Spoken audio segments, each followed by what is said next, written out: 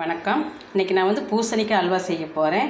இதுக்கு நான் 1.5 கப்பு பூசணிக்காய் எடுத்திருக்கேன். இந்த கப்பில் நான் 1.5 கப்பு எடுத்துருக்கிறேன். இதில் 1 கப் அளந்து இங்கே வச்சுருக்கிறேன். நல்லா காய் சிறுகிறதுல சிறுகிட்டு தண்ணியை புழிஞ்சு எடுத்து வச்சுருக்கிறேன்.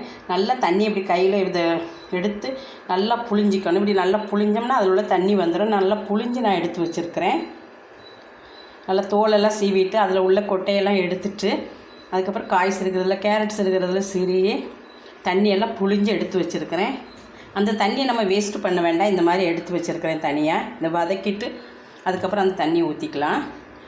இந்த கப்புக்கு எனக்கு 1.5 கப்பு வந்துச்சு. 1 கப்பு இதில் போட்டிருக்கேன். இதில் 1/2 கப்பு இருக்குது. நீங்கள் எவ்வளோ தேவையோ அதுக்கு தகுந்தாப்பில் எடுத்துக்கோங்க. 3/4 கப்பு நான் சர்க்கரை எடுத்துருக்கிறேன். 10 கூட நம்ம போட்டுக்கலாம். 10 முந்திரியை பொடிசாக கட் பண்ணி வச்சுருக்கிறேன். கொஞ்சம் கலருக்காக ஃபுட் கலர் போட்டிருக்கிறேன். கொஞ்சம் ஏலக்காய் வாசனைக்கு. இது உங்களுக்கு விருப்பம் இருந்தால் போடுங்க, இல்லைன்னா வேண்டாம். உங்கள்கிட்ட குங்குமப்பூ இருந்ததுன்னா நீங்கள் குங்குமப்பூ போட்டுக்கோங்க. இந்த கலரும் கூட தேவையில்லை. குங்குமப்பூ இருந்தால் குங்குமப்பூ போட்டுக்கோங்க. இப்போ அடிப்பற்ற வச்சு கடாய் வச்சுருக்கிறேன். நல்லா அடிக்கனமான பாத்திரம் வச்சுக்கோங்க. நான் இரும்பு கடாய் வச்சுருக்கேன். 1 ஸ்பூன் நெய் ஊற்றி அந்த முந்திரியை வதக்கிக்கலாம், வறுத்து எடுத்துக்கலாம்.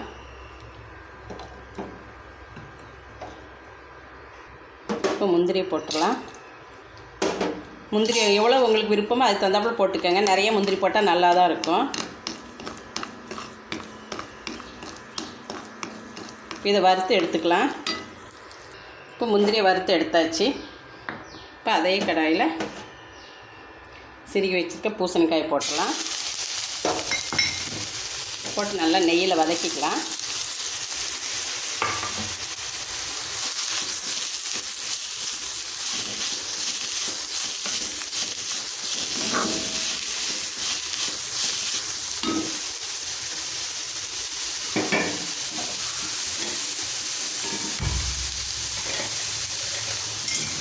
இப்போ இது வதக்குற நேரத்தில் அந்த தண்ணியை எடுத்து நம்ம அப்படியே அடுப்பில் கொஞ்சம் பக்கத்து அடுப்பில் லேசாக அப்படியே சூடு பண்ணிகிட்ருக்கலாம். அது கொதிக்கட்டும். இது வதங்குறக்குள்ளார இந்த கொதித்த தண்ணியை எடுத்து இதில் ஊற்றிடலாம்.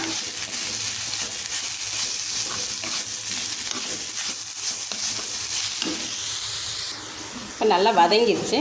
ஒரு 2 நிமிஷம் நம்ம அடுப்பில் சிம்மில் வச்சு நம்ம வதக்கிட்டா போதும்.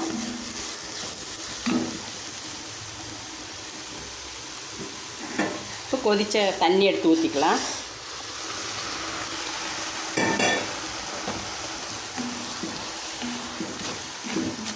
இந்த பூசணிக்காயோட தண்ணி தான் புழிஞ்சு வச்சுருக்க தண்ணியை பக்கத்து அடுப்பில் கொதிக்க வச்சுருந்தேன். ஒரு கொதி வந்தது. இங்கே நம்ம வதக்கும் போது அதுவும் கொதி வந்துடும். இப்படியே ஊற்றி விட்டேன். இப்போ இது கொஞ்சம் நேரம் வேக விடலாம். இப்போ இதில் கொஞ்சமாக சால்ட்டு போட்டுக்கலாம். கொஞ்சமாக சால்ட்டு போட்டுக்கலாம். கல் உப்பு தான் என்கிட்ட இருக்குது, அதனால் நான் இப்போவே போட்டுட்டேன். உங்கள்கிட்ட சால்ட்டு இருந்ததுன்னா கொஞ்சம் நேரம் கழிச்சும் கூட போட்டுக்கலாம். இப்போ இதை மூடி வச்சு ஒரு 10 நிமிஷம் சிம்மில் வச்சே வேக விடலாம். தண்ணி வத்துற வரைக்கும் நம்ம வேக விட்டுக்கலாம். இப்போ தண்ணியெல்லாம் நல்லா வத்திருச்சு. மூடி போட்டு ஒரு 10 நிமிஷம் சிம்மிலேயே வச்சுட்டேன். இடையில அப்பப்போ நம்ம கலந்து விட்டுக்கணும், இல்லைன்னா அடி பிடிச்சாலும் பிடிச்சிரும், பார்த்துக்கணும். நான் அப்படி தான் 2-3 தடவை கலந்து விட்டுட்டேன். இப்போ இதில் சர்க்கரை போட்டுக்கலாம். கொஞ்சம் எடுத்து வச்சுருக்கிறேன், பார்த்துட்டு போட்டுக்கலாம்.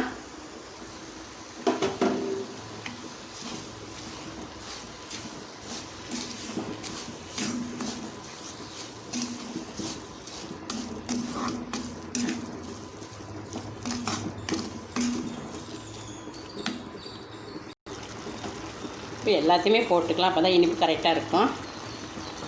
பார்த்துட்டு உங்களுக்கு அதிகமாக வேணும்னா இன்னும் கூட கொஞ்சம் சேர்த்துக்கோங்க.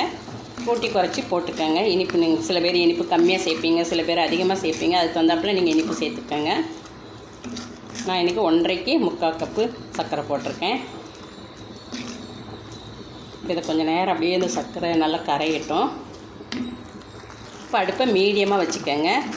சிம்மில் வைக்க வேண்டாம். கொஞ்சம் மீடியமாகவே வச்சு கொஞ்சம் நேரம் பக்கத்துலேயே இருந்து நல்லா கலந்து விட்டுக்கலாம். இப்போ இந்த கலரையும் கொஞ்சம் ஊற்றிக்கலாம்.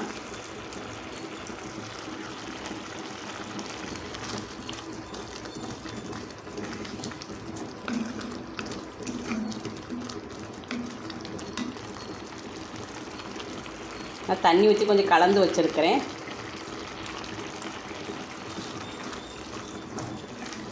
கேசரி பவுட்ரு கலர் தான்.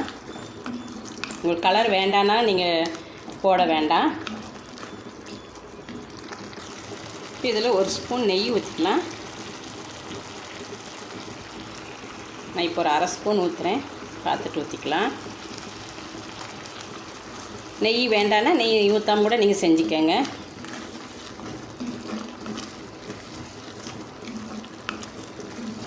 இது இந்த சர்க்கரை எல்லாம் நல்லா கரைஞ்சி நல்லா வெந்து, சர்க்கரையோடு அந்த பூசணிக்காயெல்லாம் நல்லா வெந்து இந்த நெய்யை பிரிஞ்சு வர வரைக்கும் நம்ம வதக்கிக்கணும். இப்போ யாராவது கெஸ்ட்டு வந்தாங்கன்னா நம்ம உடனே கேசரி தான் அடிக்கடி செஞ்சு கொடுப்போம். இந்த மாதிரி டிஃப்ரெண்ட்டாக பூசணிக்காய் அல்வா செஞ்சு கொடுத்தா நல்லா டேஸ்ட்டாக இருக்கும். எப்பவும் ஒரே மாதிரி செய்கிறதுக்கு இந்த மாதிரி ஒரு நாளைக்கு வித்தியாசமாக நம்ம செஞ்சு கொடுக்கலாம் வர்ற கெஸ்ட்டுக்கு. இதில் ஏலக்காய் பொடியும் போட்டுக்கலாம். நான் வந்து மொத்தமாக ஏலக்காய் வந்து நல்லா வெயிலில் காய வச்சுட்டு கொஞ்சம் சர்க்கரை போட்டு பொடி பண்ணி வச்சுருக்கேன். அந்த பொடி தான் போட்டிருக்கிறேன். நீங்கள் தனியாக ஏலக்காவாக இருந்ததுன்னா ஒரு 4 ஏலக்காய் பொடி பண்ணி போட்டுக்கோங்க. இப்போ கொஞ்சம் நம்ம அடுப்பை சிம்மில் வச்சுக்கலாம். சிம்மில் வச்சே அப்படியே நல்லா கலந்து விட்டுக்கலாம். பாருங்கள், அந்த அல்வா பதத்துக்கு வரப்போகுது. இன்னும் கொஞ்சம் நேரம் அப்படியே கலந்து விட்டோம்னா நெய்யெல்லாம் பிரிஞ்சு வந்துடும். அப்படியே சட்டியோடு ஒட்டாமல் வரும். சர்க்கரை 3/4 கப்பு கண்டிப்பாக போடுங்க, அப்போ தான் கரெக்டாக இருக்குது. இன்னும் அதிகமாக வேணும்னா வேணால் நீங்கள் 1 கப்பு போட்டுக்கோங்க. ஆனால் கம்மி பண்ணிங்கன்னா டேஸ்ட் நல்லா இருக்காது. 1.5க்கு 3/4 கப்பு போட்டிங்கன்னா கரெக்டாக இருக்குது. அதிகமாக சேர்க்குறவங்க வேணால் கொஞ்சம் போட்டுக்கோங்க. இப்போ வறுத்து வச்ச முந்திரியும் போட்டுடலாம். போட்டு நல்லா கலந்து விட்டுக்கலாம். பாருங்கள், நல்லா அப்படி திரண்டு வருது பாருங்கள். இந்த மாதிரி சட்டியோடு ஒட்டாமல் இப்படி நல்லா திரண்டு வர வரைக்கும் நம்ம கலந்து விட்டுக்கணும். இப்போ ஆயிலெலாம் அந்த நெய்யெல்லாம் பிரிஞ்சு வெளியில் வருது பாருங்கள். இந்த அல்வா ஆறும்போது இன்னும் கொஞ்சம் கெட்டி ஆயிரும். இப்போ ரெடி ஆயிடுச்சு பாருங்கள், நல்லா சைனிங்காக இருக்குது பாருங்கள். அல்வா பதம் வந்துருச்சு. இது நல்லா சுருண்டு வரணும்.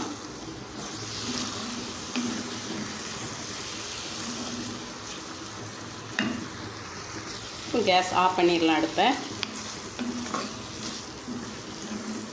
உங்களுக்கு நெய் வேணும்னா இன்னும் கொஞ்சம் கூட ஊற்றிக்கங்க. நான் அவ்வளோதான், ஏற்கனவே ஊற்றின நெய்யே போதும், நான் அதனால் ஊற்றலை. இப்போ ரொம்ப டேஸ்ட்டான பூசணிக்காய் அல்வா ரெடி ஆயிடுச்சு. இதுபோல் நீங்களும் உங்கள் வீட்டில் செஞ்சு பாருங்கள். இந்த வீடியோ பிடிச்சிருந்ததுன்னா லைக் பண்ணுங்கள், ஷேர் பண்ணுங்கள். இது வரைக்கும் சப்ஸ்கிரைப் பண்ணாதவங்க சப்ஸ்கிரைப் பண்ணுங்கள். கூடவே பக்கத்தில் இருக்கிற பெல் பட்டனை கிளிக் பண்ணுங்கள். நன்றி, வணக்கம்.